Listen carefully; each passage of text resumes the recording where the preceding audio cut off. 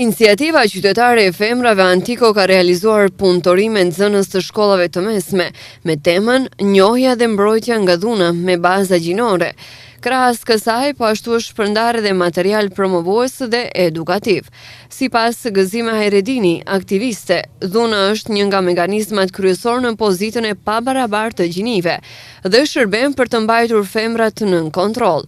Dhuna trajtohet si çështje grave. 93% e viktimave janë femra. Fushata ka për qëllim që të vetëdijsoj, do me thonë, femrën shqiptare, gruan shqiptare, të vetëdijsoj që të bëje luftë kundra dhunës vetë, do me thonë.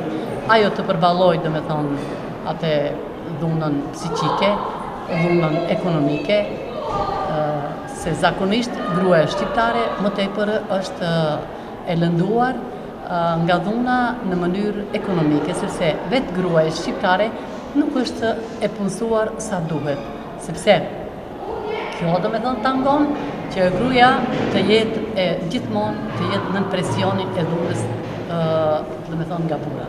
Dhuna është çdo grua shqiptare ose çdo grua në Maqedoni, në bazë të disa statistikave, është bërë që çdo grua, çdo e dyta grua është e lënduar në, do me thonë, dhunë psiqike, çdo e pesta grua është lënduar në dhunë fizike, çdo e dhjeta grua është e dhunuar, do me thonë,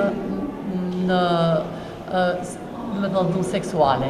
Kjo, do me thonë, tregon se gruaja shqiptare ose gruaja në Maqedoni nuk është e barabartë, do me thonë, si burri. Nuk do të thotë që burrat nuk kanë dhunë prej grave, edhe ajo, mirë po, ka një qëllim tjetër, sepse gruaja ka filluar të vetëdijsohet.